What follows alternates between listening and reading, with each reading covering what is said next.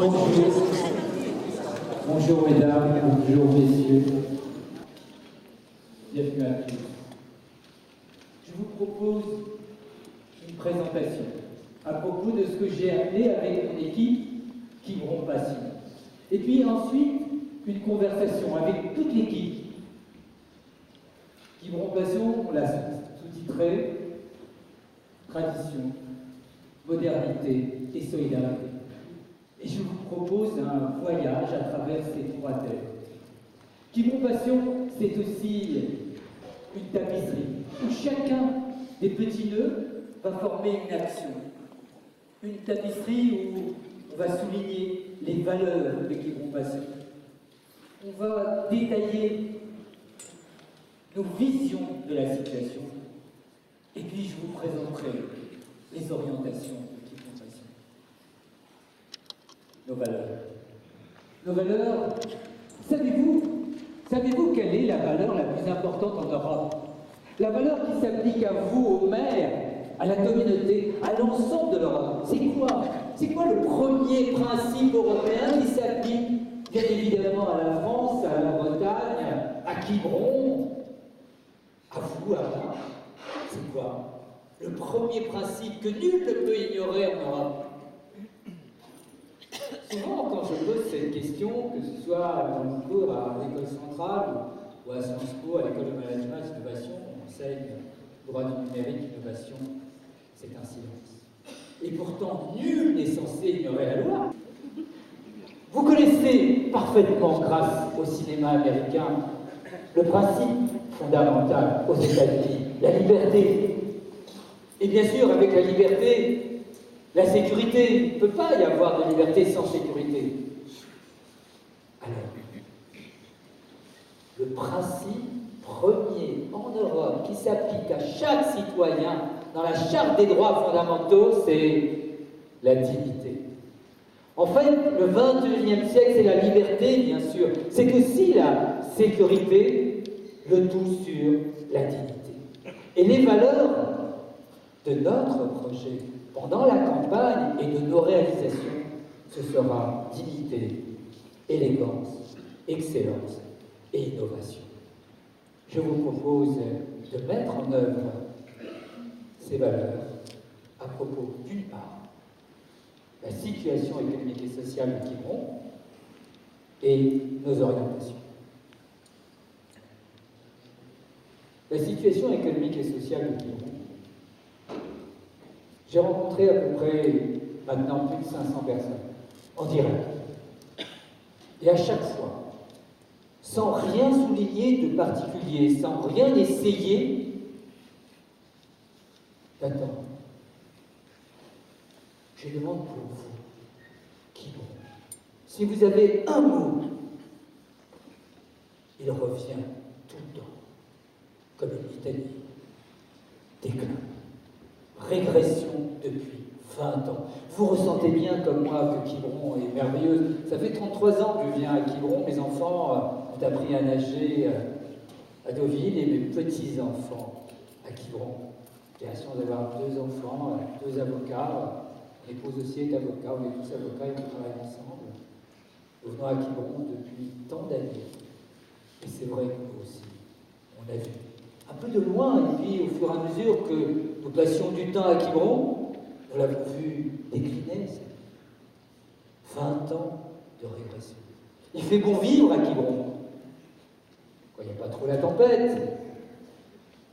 La baie magnifique, la côte sauvage, un écrin. Mais la situation, tout le monde le ressent, est anxiogène. Pourquoi? Pourquoi, à l'endroit aussi magnifique que nous aimons tous, on est dans cette situation? 5 marqueurs de cette crise. D'abord, c'est une ville merveilleuse. Mais c'est une ville qui est fermée 8 mois dans l'année. C'est une ville close avec tous ses appartements et ses maisons où il n'y a que des volets fermés. 8 mois, elle n'existe pas. Oh si, elle existe, vous êtes là, moi aussi, mais au ralenti. Et pendant 2 mois d'été, c'est une surcharge impossible, on passe de 5000 à coefficient 10. Cette ville est endormie. Trop de temps dans l'année. Avec ça, des magasins ferment, sans qu'on s'y aperçoive. Aujourd'hui, à Quiberon, on ne peut plus acheter un parfum en main. Et ce n'est pas la seule chose qui manque. Vous le savez bien. Mais à Quiberon, si les magasins ferment, si les entreprises s'en vont, si de nombreuses rues sont mitées par ces magasins fermés, d'autres en ouvrent, éphémères, avec des produits de mauvaise qualité, avec un emploi précaire. Quiberon qui se ferme et Quiberon qui abandonne la vie économique. Une ville a besoin de ses commerçants, c'est ces commerçants qui font le poumon, qui donnent effectivement sa capacité de vie. Une ville fermée 8 mois dans l'année. Une ville de chômage. 17% entre 15, 17, peu importe les chiffres, en tout cas plus de 15% de chômage structurel à Quiberon, alors que, heureusement, dans notre pays, on est inférieur à 10, parfois on hésite entre 7 et 8. Je vous rappelle que le plein emploi, c'est 5% compte tenu de la rotation du marché du travail. Pourquoi tant de chômeurs à Quiberon et sa cohorte de lot de difficultés, de souffrances? Une ville fermée, une ville avec un nombre de chômage beaucoup trop important, une ville aussi qui, en 20 ans, vous étiez là, j'étais là, a perdu sa génération active, cette première génération de 25-35 ans. Il n'y a plus de jeunes, même pas une boîte de nuit. Il devrait y en avoir une, je protégerai les enfants. Pourquoi la génération de 25-35 ans n'est pas là? Bien parce qu'elle ne trouve pas d'emploi, elle ne trouve pas d'emploi fixe, alors que les commerçants ne trouvent pas de saisonniers, les saisonniers, lorsqu'ils sont là, ne trouvent pas un appartement décent, et cette génération de 25-35 ne peut pas vivre à Quiberon. En plus, Quiberon est dans une situation très particulière. Elle est de ce qu'on appelle le ciseau.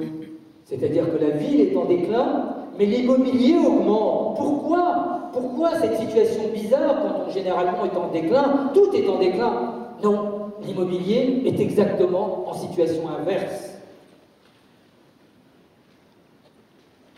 Anxiogène, oui, la situation est, bien sûr. C'est une ville aussi singulière. On ne peut pas téléphoner normalement. En plein 21e siècle, on est parfois obligé de sortir de chez soi pour pouvoir tout simplement appeler quelqu'un juste à côté. Il n'y a pas de train non plus. Si, il y a un train 2 mois dans l'année, mais c'est le seul moment où il y a du monde. Alors, il n'y a pas de monde, pas de train. S'il y avait du monde, il y aurait des trains. Et avec ce petit-là, on peut, sans aucun problème, rester tout seul. Une ville dans laquelle les seniors deviennent majoritaires, c'est bien, hein, aussi. On veut aussi vivre, c'est leur grille, pareil. On est encore en pleine forme, et puis j'espère qu'on restera. Et une ville a besoin d'enfants, de petits-enfants, d'une génération de 25-35 ans, et puis nous aussi. Il faut toutes les générations pour être heureux. Et c'est pas avec une vie dans laquelle on a un train 2 mois dans l'année, une vie dans laquelle on ne peut même pas téléphoner, et je ne vous dis pas, pour moi, homme du numérique, l'Internet, c'est l'enfer. Impossible d'avoir un Internet normal, même dans les pays en voie de développement, on ne connaît pas l'Internet de Quiberon. Et puis, le train qui n'est pas là, le téléphone qu'on n'arrive pas, l'Internet. Même pas. Parfois, on n'arrive même pas à se connecter. J'étais là, moi, en 95 sur Internet. J'ai rédigé le .fr. Coup de chance. Vous voulez que je vous raconte? Un jour, je suis l'avocat de l'Institut national de la recherche informatique et automatisme, et son président me dit, Alain Matussan, il s'appelait aussi Alain Matussan. Je faisais assez bizarre. Allez voir ce qui se passe. Il y a là une petite cellule, on l'appelle Internet, on s'est en plein Minitel. J'avais aussi travaillé avec Alain Thibault, avait dessiné le droit du Minitel. Je regarde, je découvre Internet. Le monde entier était effectivement présent. Et à l'époque, les gens n'y avaient pas cru. Même les seniors aujourd'hui, ils utilisent Internet avec WhatsApp, ils ont bien compris que pour pouvoir téléphoner en Australie, il suffit d'avoir WhatsApp gratuit aux États-Unis. Qui aurait pu dire que le téléphone qui coûtait une fortune allait être gratuit aujourd'hui au XXIe siècle grâce à WhatsApp? Personne n'y aurait cru. Et pourtant, qui aurait cru à Wikipédia? On aurait dit, mais vous savez, une encyclopédie où tout le monde pourrait effectivement aller lire dans 23 langues au moins, une encyclopédie faite par chacun d'entre nous, une encyclopédie qu'on peut partager, qui est aussi juste que toutes les autres encyclopédies. Mais c'est pas possible. On ne peut pas avoir un téléphone gratuit en Australie, on ne peut pas avoir une bibliothèque du monde disponible. Ben oui, oui, c'est les deux éléments magiques de l'Internet. J'étais présent. Nous étions deux. Jacques Attali parlait d'un nouveau territoire. Et moi, je dessinais un nouveau monde quand je rédige la première charte de l'Internet sur le .fr. J'étais là, en droit de l'Internet en 1978. Et puis j'ai eu la chance, comme je vous dis, en 1995, d'avoir le contact avec l'Internet. Vous savez pourquoi? Oh, c'est très simple. Je suis de la génération des hommes qui ont été marqués par Jacques Monod. Vous savez, le hasard et la nécessité, qui croient effectivement que simultanément on peut avoir chaos et ordre. Eh bien, c'est tout simple. Internet fait pour la guerre, donné à la National Science Foundation. Internet, à l'époque, c'est un énorme backbone. Vous qui n'en avez pas encore aujourd'hui, nous qui n'en avons pas, c'est un énorme backbone qui va de la côte ouest des États-Unis à la côte est et de la côte est à cette vieille Europe, là où se trouvait l'OTAN. Et lorsque l'OTAN est partie, parce que on leur a demandé de déménager, l'INRIA est arrivée, ARPANET et la Défense nationale américaine a confié à la National Science Foundation qu'elle allait devenir cette terre des hommes numériques, pour prendre à Saint-Exupéry son titre magnifique. Et là, Internet était effectivement dans cette vieille France. Et c'est comme ça que c'est parti. Il y avait certains qui croyaient au Minitel, et l'Internet a changé. À ce niveau-là, il nous faut bien évidemment du tram, la téléphonie, de l'Internet, mais aussi, c'est une ville où la plateforme technique de santé est une queue de chagrin. Mais faites-y très attention. C'est là que peut-être se situe un des points très importants d'inflexion par rapport au ciseau. Pourquoi le prix monte alors que la ville décline? Tout simplement parce que le prix de l'immobilier n'est pas fixé par l'économie qui monte. Ce sont des gens comme vous et moi qui ont, moi, découvert il y a 30 ans Quiberon et qui en est tombé amoureux, qui a décidé que sa vie allait être à Quiberon. Et ils ont bien raison de considérer que Quiberon est une ville merveilleuse et de vouloir s'y installer. Alors, l'immobilier est en pression inflationniste, est en bulle spéculative par des prix qui sont fixés par des gens, des salaires, non pas de Quiberon, mais des salaires de Paris ou des grandes villes de France. Et vous savez, une ville dans laquelle les magasins ferment, dans laquelle les chômages est à 17%, dans laquelle il y a plus de 25-35 ans, dans laquelle il n'y a pas de communication, et un plateau technique de santé en déshérence, il faut oser le dire. Alors ces personnes vont peut-être se poser la question de savoir s'ils vont acheter à Quiberon, n'ayant pas une plateforme technique de santé pour les plus de 50 ans, pour nous, et pour les jeunes aussi, et qu'ils iront peut-être dans d'autres villes où il y a une plateforme de santé, où les gens se sont inscrits pour pouvoir donner une solution. Et à ce moment-là, la bulle spéculative sur l'immobilier explose. Et tout est en déclin, y compris l'immobilier. Je voulais vous décrire cette situation, moi qui suis un désespéré optimiste, non pas pour mettre et d'ajouter au caractère anxiogène, mais tout simplement parce que nous sommes conscients de ce déclin. Nous voyons ces rues qui sont mitées par ces magasins fermés ou éphémères. Le projet que notre équipe et moi-même nous vous proposons, C'est un projet qui met fin au déclin, qui tente, il faut être humble, mais qui se veut un projet qui met fin au déclin et qui met fin au déficit et qui protège la valeur immobilière à Quiberon. L'idée, c'est que cette valeur ne baisse pas, mais continue à augmenter, à enrichir tous les propriétaires d'aujourd'hui et de demain, sans oublier aucune de la génération. Un Quiberon solidaire. Au terme de cette deuxième partie, je vous propose de regarder nos orientations. Que faire? Comment résoudre ces difficultés? Quel est notre projet pour attraper ces 5 marqueurs de la crise? Et vous comprenez bien que ces marqueurs, on ne va pas les régler avec uniquement la résolution des problèmes locaux. Oh, il va falloir s'en occuper des problèmes. Il y en a quelques-uns. Mais ils ne sont pas à l'aune de la crise que vit Quiberon. Nous avons 5 orientations, comprenant 10 thèmes que vous avez pu déjà voir sur le site.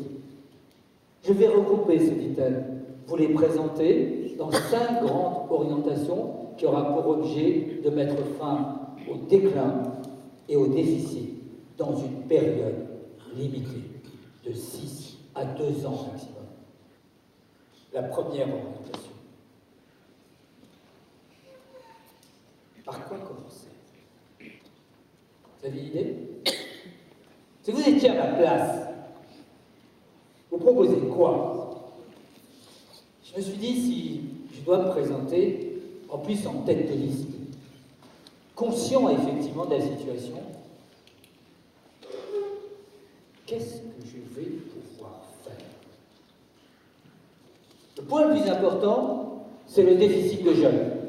La génération 25-35 ans, comment elle viendra à Quiberon?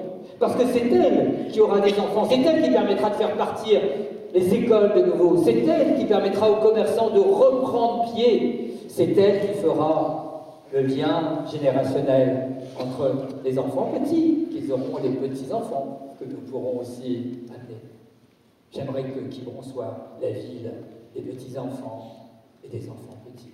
La ville des jeunes et des seniors. Alors comment faire? Eh bien, vous allez peut-être comprendre pourquoi, avec mon équipe, nous avons décidé d'appeler ça tradition. Car c'est une ville merveilleuse. C'est une ville, rappelez-vous, première au niveau de la pêche. C'est une ville avec Louison Gobet, première au niveau de la thalasso. C'est une ville peut-être aussi première avec les technologies. Mais revenons à la tradition. Nous manquons d'hydrothérapie. Nous en avons besoin. Et l'idée, c'est de créer une école. Parce qu'il y a de l'emploi possible dans ce domaine. Et là, nous faisons que poursuivre. Le que est important, il n'est pas limité. Toute cette vision stratégique qu'a eue Louison Gobet. C'est pas évident d'être entre nous la thalasso et Quiberon, une presqu'île. Et pourtant, il a eu raison. En la mettant loin de tout, il a ramené tous à Quiberon. Et donc, l'idée, c'est de créer une école d'hydrothérapie. Mais ça ne créera pas, bien sûr, une classe d'âge de 25-35. Alors je me suis dit, mais qu'est-ce que tu pourrais faire? Une école de codeurs, bien sûr. Le monde de demain, c'est un monde de codeurs. On les appelait les programmeurs, mais ça ne peut rien avoir avec les programmeurs. Ce n'est pas du tout des séquences de programmes, c'est bien du codage avec de la data, des algorithmes, l'intelligence artificielle, peu importe la terminologie. Mais le 21e siècle, c'est le monde des codeurs. Les cathédrales du 21e siècle, c'est les infrastructures d'intelligence artificielle. Alors des codeurs. On a besoin de codeurs. Dans les 10 ans qui viennent, on est dans le monde entier, donc bien entendu en France et bien entendu en Bretagne, il manque des codeurs. Certaines entreprises sont en train de créer des écoles, plus de 20 écoles de codage dans toutes les villes où ils peuvent s'implanter. Pourquoi pas à Quiberon? J'ai déjà pris des contacts avec des directeurs d'écoles de codeurs. J'ai enseigné pendant 30 ans de droit de l'informatique au codeur de l'école centrale. C'est mon fils qui m'a remplacé. Les codeurs d'école centrale ou de Sciences Po, qui sont là et pour longtemps avec un métier fantastique. Mais les codeurs, ce n'est pas uniquement une tranche d'âge. Ne me demandez pas pourquoi, ils veulent tous faire du surf. Alors chez nous, avec tous les carrières, ils sont servis. Hein. Ils demandent tout le temps, lorsqu'on les interroge, vous voulez faire quoi? Codeur. Ils restent tous, bien entendu, à des licornes qui vont des milliards. Il y a encore un de mes amis qui vient d'en vendre une très très chère. Ils veulent faire du surf. Et comment ça va changer? C'est facile de faire une école de codage. Une école de codage, c'est un bâtiment comme celui-ci, un peu de lumière, des tables, des chaises, et puis un PC, et avec ça, c'est terminé. Mais les codeurs, avant même de faire leur premier cours, ils ont un contrat de travail. C'est-à-dire que les employeurs ne proposent pas des contrats à la sortie de l'école, mais à l'entrée de l'école. Regardez ce qui se passe à l'école 42, où vous avez des gens non diplômés, et le patron, effectivement, a eu raison de créer cette école, 42, et bien d'autres derrière. Et les salaires des codeurs, ce ne seront pas les salaires ce ne sont pas les salaires de Bretagne. Les salaires des codeurs, c'est qu'il faut penser à l'extérieur, de manière très différente. Comme on peut repenser l'informatique en 78, on va penser à Internet. N'oubliez pas Wikipédia, eBay. N'oubliez pas Airbnb, qui aujourd'hui vaut des milliards, alors que Accor, qui a des centaines et des centaines d'hôtels, vaut en valorisation bien moins cher. Le premier prend tout sur Internet, il n'y a pas de frottement. Revenons aux codeurs. Revenons, s'ils sont présents, leur pouvoir d'achat est énorme. Est énorme parce que leur salaire n'est pas fixé par le prix de Paris, oui, mais aussi par le prix de Palo Alto aux États-Unis, par le prix de Shenzhen ou de Shanghai, un bureau à Shanghai, un bureau à Palo Alto, ou le prix à Bangalore, aussi un bureau à Bangalore. Pourquoi? Parce que l'informatique, on peut en faire partout. On n'a pas besoin, effectivement, sur un lieu pour produire un programme informatique, un algorithme, pour pouvoir faire WISE, quelque part, vous savez, ce qui a remplacé Coyote, et tous les autres algorithmes dont vous entendez parler. Les algorithmes sortent des laboratoires et inondent les usines, les entreprises, et même vos domiciles s'appellent Alexa, OK Google. Les salaires des codeurs, c'est les salaires du monde.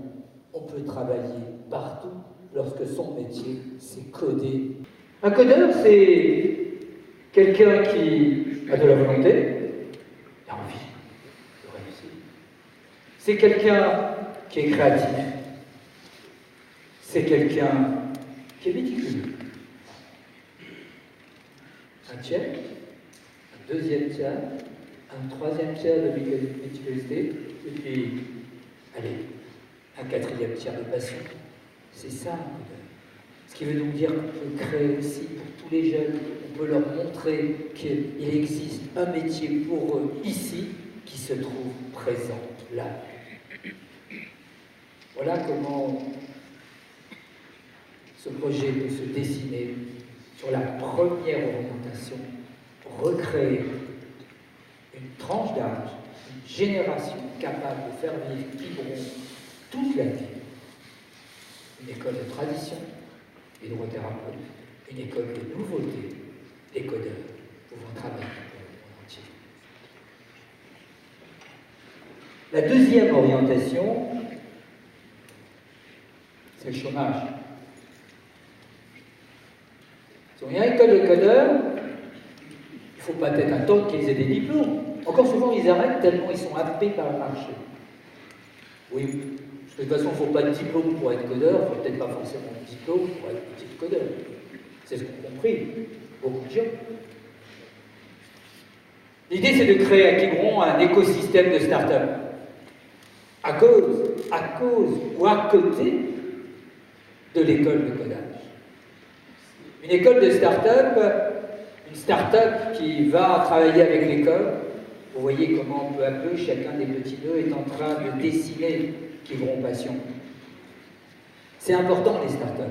Le gouvernement a décidé de dégager un budget de 5 milliards d'euros pour les startups. Il a déjà investi un budget préalable à Rennes, à Angers, sur l'Internet des objets, à Montpellier, sur ces 5 milliards qu'il va dégager pour les startups.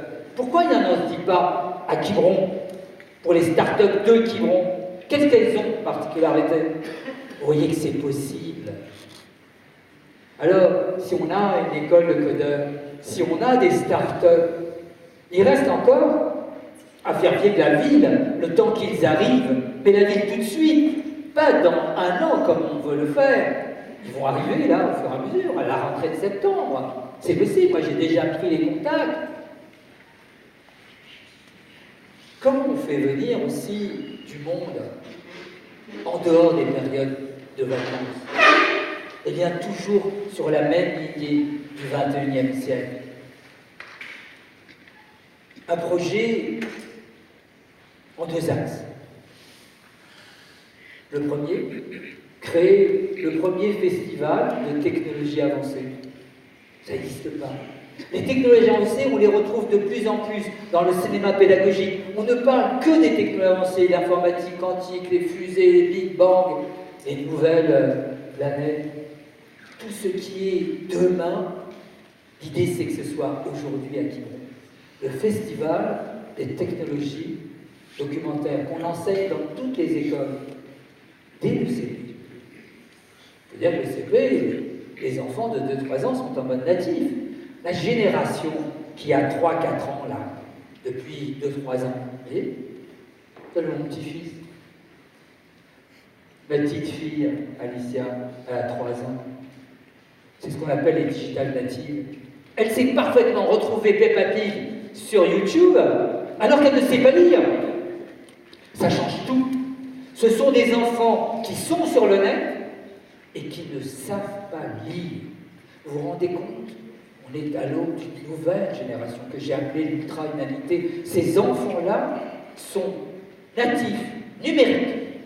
Et ils apprendront après, ce sera nécessaire, mais pas suffisant, la lecture, l'écriture et l'orthographe. Vous voyez, c'est un nouveau monde qui est en train de s'ouvrir. Et un festival mondial de technologies avancées, ça n'existe pas.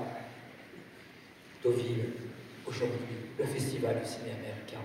Pourquoi pas demain, Quiberon, le festival des technologies. On ne parle que de ça. R, rappelez-vous, 5e élément, mais aussi Matrix, Interstellar, Black Mirror. Il y a de plus en plus de films qui montrent que la technologie de science-fiction est aujourd'hui présente. Et puis ici, on peut créer un festival pour faire venir, on le ferait, il faut voir, mars-avril, vous voyez, vous décidez exactement de la bonne date. L'idée aussi, c'est, celui-là je m'en occuperai de la semaine, c'est de créer un congrès mondial de régulation de l'intelligence artificielle. Ça n'existe pas. J'en ai parlé au niveau mondial avec beaucoup de gens qui sont avec moi.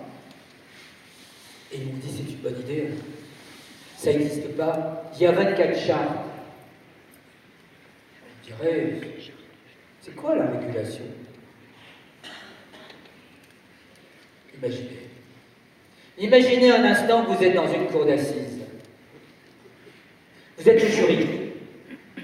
À la barre, l'officier de police judiciaire présente une route encastrée dans la montagne, séparée par une ligne blanche. Il montre la voiture A descend à une vitesse normale. À l'intérieur, une personne, le conducteur. Derrière, à très grande vitesse, au kilomètre 7, la voiture B, il la montre à une vitesse affolante, décide effectivement de doubler la voiture A. Alors que sur cette voie-là, une voie C, une voie sans conducteur, voiture sans conducteur, les deux voitures sont face à face. L'accident est inexorable. Et pourtant, la voiture C va se décaler, écraser la voiture A, ne laissant aucune chance à son conducteur. L'officier de police judiciaire continue et dit, lors de l'enquête, La caméra qui était devant la voiture autonome a vu 4 personnes dans la voiture B, 1 personne dans la voiture A. Alors d'un clic, elle s'est déportée et a fracassé la voiture A. L'algorithme avait fait 4 trains. Le président reprend la parole et dit: qui est responsable? La mère qui a envoyé cette voiture? Le père qui est propriétaire de la voiture? Le constructeur de la voiture? Le concepteur de la plateforme d'intelligence? Le concepteur de l'algorithme? Celui qui a décidé 4 contre 1. C'est ça la régulation. Aujourd'hui, les voitures autonomes sont partout, en France, en expérimentation, en Suède, en Angleterre, au Nevada, aux États-Unis. Il va falloir définir les règles du jeu de ces engins dits intelligents. Les Allemands ont décidé déjà de prononcer une règle. Vous savez qu'ils sont très intégrés, leur industrie automobile est très forte. Subissant le joug de Tesla, ils ont décidé, au niveau du ministère du Transport, qu'aucune voiture allemande automatisée ne prendra un algorithme qui différenciera les gens entre eux. Un algorithme des vieux contre les jeunes, les enfants. C'est cela. Le futur congrès mondial à Quiberon. C'est possible. Et revenons. Après l'école, après les start-up, après le cinéma, les communications. Il nous faut des communications. Le train d'abord. Vous savez-vous ce qui se passe au 1er janvier 2020 ? On pense à la grève, elle va être importante. Le 1er janvier 2020, la SNCF entre en concurrence.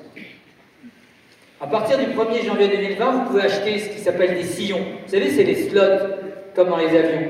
Vous pouvez acheter un sillon, par exemple, vous décidez d'acheter le 8h15 Quiberon-Venise. Voilà, c'est aussi simple que ça. On va le financer et elle viendra vous prêter ce train. C'est-à-dire que les trains rentrent dans la concurrence au 1er janvier 2020. Alors imaginez que nous ayons une subvention pour une école de codage, une subvention pour effectivement Quiberon au niveau des startups, un congrès mondial de régulation, un festival des technologies avancées. On inverse le système. Il n'y avait pas de train parce qu'il n'y avait pas de personnes, il y a des personnes et il y a des trains, et peut-être que les concurrents voudront effectivement avoir l'image qui passion des technologies avancées, et on récupère le train sur 12 mois et non pas sur 2 mois. C'est possible. Il me reste, sans être trop long, la dernière orientation. L'école, pour la génération. Les start-up, lutter contre le chômage. Ces deux-là, c'est possible avec la communication, et il faut régler le problème de la santé. Sinon, les gens ne continueront pas à venir. Et c'est possible, vous savez, les problèmes de la santé. C'est quoi la santé? La santé, c'est prévention, diagnostic et traitement. Aujourd'hui, on est dans un cadre tout à fait nouveau pour la santé.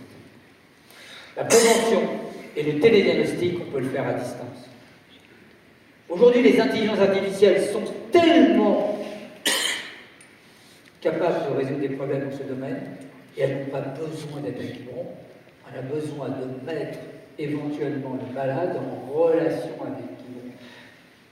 Encore une histoire. J'étais au Congrès mondial des Herbates il y a 2 ans, sous la présidence du père Nicolas, pour une organisation, une réflexion de ce que pourrait être la régulation dans le monde. Je racontais cette histoire. Elle était triste. Dans ses yeux, on voyait qu'elle avait été frappée par la maladie. L'infirmière du dispatching la regarde et, après l'avoir écoutée, lui dit: voulez-vous un rendez-vous avec un robot ou un médecin? Elle déclare: un médecin, bien sûr. Et là, dans les yeux de l'infirmière, elle voit qu'elle s'est trompée. Watson, celui qui avait battu le champion du monde des Géopardies, vous savez, c'est un jeu où il faut retrouver la question à la réponse, c'est très complexe. Watson aurait pu la recevoir. Et Watson, il se trompe pour certains cancers, notamment de la peau, ou pour certains cancers, notamment de la langue. Il se trompe une fois sur 10 avec de ses collègues médecins, il se trompe une fois sur 2. Aujourd'hui, il vaut mieux être reçu par lui que d'être reçu par un humain. Certains l'ont bien compris. Il y avait un article du Monde de la PHP où des malades demandent à avoir accès au robot de la PHP plutôt qu'à un médecin de la PHP. Et quand je termine cette histoire que je vous raconter, il y avait dans la salle, je ne savais pas, le directeur Europe d'IBM. Et il dit, je voudrais vous raconter une histoire un peu différente, pas forcément avec les mots d'Alain Bensoussan, mais nous avions un accord avec eux. Un accord, et il y avait Watson, à distance bien sûr. Elle était malade, abandonnée. On pose la question à un médecin et à elle, voulez-vous qu'on essaye de poser la question à Watson? Elle n'avait pas de solution. Elle dit oui. Watson, en 20 minutes, consulte la totalité de ce qui est publié sur le net, au fameux Web of Science, entre Science et Nature, fait un protocole. Ce protocole fait apparaître un traitement. On pose la question à l'équipe médicale, elle dit oui. On pose la question à la petite japonaise, elle dit oui. On applique le traitement. Elle est guérie. Non, elle n'est pas guérie pas du cancer. Elle est en rémission. Voilà la réalité d'aujourd'hui. Ce qui veut dire qu'il y a des millions en France, par les agences de santé du numérique, des millions en Europe pour développer le télédiagnostic. Vous verrez, vous êtes bien gentil avec votre intelligence artificielle et votre télédiagnostic et qui vont. Je ne l'ai pas fait exprès. Ce matin, je rencontre quelqu'un, je lui parle de ça, il est dans la salle, il m'a dit, il vous le dira s'il veut, et pour qui bon. Et il me dit, vous savez, j'ai un petit garçon. J'ai voulu avoir une consultation en pédiatrie, je l'ai eu, avec une pédiatre qui se trouve à Vannes, en télédiagnostic, sur Quibronnez, Et elle lui a ajouté, vous savez, je travaille avec des gens de Quiberon et de Bretagne qui se trouvent à Balvi. Vous voyez bien que ce matin, ici, en préparant cette présentation, le télédiagnostic se trouvait à Vannes, pourquoi pas à Quiberon. Je vous ai présenté les 5 orientations vous montrant qu'on peut créer, on peut changer le monde, on peut arrêter le déclin et le déficit grâce à la technologie et au progrès. Comment faire cela? Pour vous laisser un temps à la conversation, quels sont les moyens et la gouvernance? Les moyens, on aura l'occasion d'y revenir lors de la seconde réunion. Les moyens, aucune augmentation, bien évidemment, des impôts. Il y a des subventions partout. Les entreprises et les États veulent trouver des lieux où, non pas expérimenter, ou des post-expérimentations, où on peut évaluer dans des smart cities, dans des zones où on trouve effectivement ces technologies, les capacités économiques et sociales de compréhension, d'acclimatation. Pourquoi pas Quiberon? Et la gouvernance? Avec mon équipe, on a décidé de vous poser des questions. On a fait un questionnaire. Certains n'ont pas reçu, pas notre faute, mais la plupart vous avez répondu. On vous donnera les solutions, vous verrez. On a aussi contacté les commerçants et nous avons aussi un nombre impressionnant de réponses. On en parlera à la deuxième réunion. Mais je n'oublie pas, bien entendu, le projet est là pour régler la crise. Je n'oublie pas les problèmes locaux. Je n'oublie pas la mairie à refaire, ce palais des congrès à revoir, le cinéma, le foyer laïque. Je n'oublie pas qu'il faudra créer pour Quiberon une signature esthétique conforme à la tradition bretonne de Quiberon. Il faudra régler les problèmes de circulation, il faudra revégétaliser la ville, il faudra la rendre plus belle, elle est déjà merveilleuse. Les voitures, il faut arrêter, il faut les mettre en dessous dans les parkings, voitures en dessous, les humains au-dessus. Il faut ramener des arbres il faut ramener les oiseaux, surtout ceux qui venaient de très loin, puisque nous, on peut aussi, grâce à la 5G, aller très loin. On verra ça à la deuxième réunion sur les moyens et la gouvernance. Et dès maintenant, je prends l'engagement à titre personnel. Je crois qu'on peut réussir, on peut changer le monde. J'ai toujours rêvé. Vous pouvez regarder mon parcours. Et j'ai rêvé en essayant de participer sur cette planète, à une planète plus humaniste, plus universelle. On peut faire des choses à Quiberon, pour les Quibronnaises et les Quibronnais, et puis l'ensemble de la Bretagne et la France avec. Je prends 3 engagements. Bien évidemment, avec mon équipe, de porter ce projet.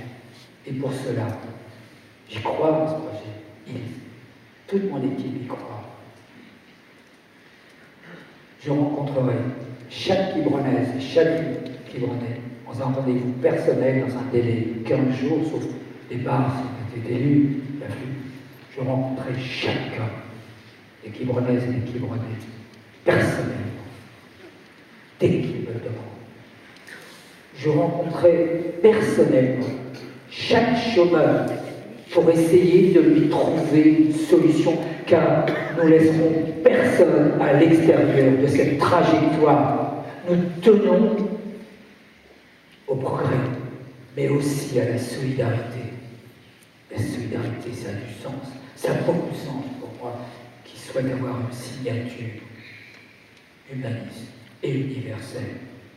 Je me suis battu pendant des années pour les droits de l'homme.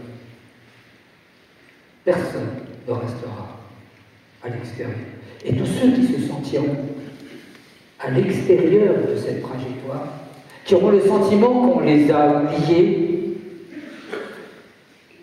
j'organiserai un rendez-vous. Et je regarderai avec cette personne comment on peut l'amener avec nous pour une trajectoire solidaire de progrès.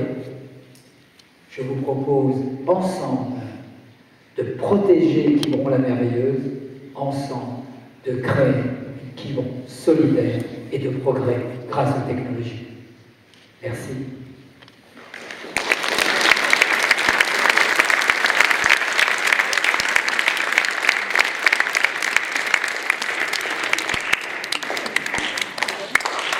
Je propose à mon équipe de venir. Je voudrais que vous les applaudissiez parce que moi je ne suis rien sans eux. Je suis leur porte-parole. Ils sont tous ici. Merci d'être là, toute l'équipe. Ils se présentent devant vous avec beaucoup d'humilité et d'espoir.